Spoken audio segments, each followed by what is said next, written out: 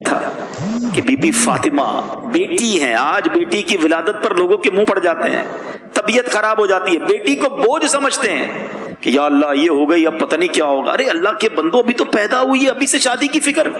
جس رب نے بیٹی دی ہے وہی انتظام کرے گا نا، وہ خالق ہے، وہ مالک ہے، وہ رازق ہے۔ نبی پاک علیہ الصلوۃ والسلام فرماتے ہیں، جس کا مضمون ہے کہ جس کی 3 بیٹیاں ہوں اور اس کی اچھی پرورش کرے اور ان کو اچھی طریقے سے پال پوس کر بڑا کر کے ان کا رشتہ کر دے، اللہ کریم ان 3 بچیوں کے بدلے اس کے والدین کو جنت عطا فرمائے گا، جنت واجب ہو جائے گی۔ صحابی رسول نے عرض کی حضور اگر کسی کی 2 بیٹیاں ہوں؟ اللہ کے حبیب فرماتے 2 بیٹیاں ہوں تب بھی جنت واجب ہو جائے گی۔ جب پہلی بار میں یہ حدیث پڑھ رہا تھا نا، میں سوچنے لگا میری تو 1 بیٹی ہے۔ صحابہ بھی کمال کے تھے، یقین کرو ہمارے کام آسان کر دیے۔ اسی حدیث کا اگلا جز تھا، صحابی رسول پوچھتے ہیں اگر حضور اگر 1 بیٹی ہو تو؟ اللہ کے حبیب فرماتے 1 بیٹی ہو تب بھی جنت واجب ہو جاتی ہے۔ ارے بیٹی تو جنت میں لے جانے والی ہے، اور تمہیں بیٹی ہو گئی تو پریشانی ہو گئی، موڈ آف ہو گیا، میاں بیوی میں لڑائی جھگڑے۔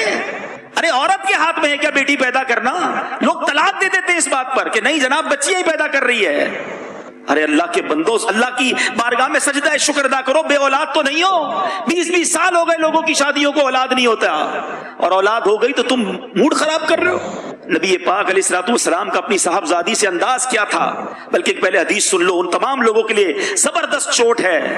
اللہ کے حبیب فرماتے بیٹیوں کو برا نہ کہو، حدیث پاک کا مضمون ہے بیٹیوں کو برا نہ کہو کہ بے شک میں بھی بیٹیوں والا ہوں۔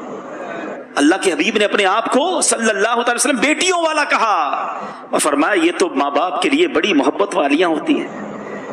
اور میرے میٹھے اسلامی بھائیوں، نبی پاک کا کیا ایٹیٹیوڈ تھا۔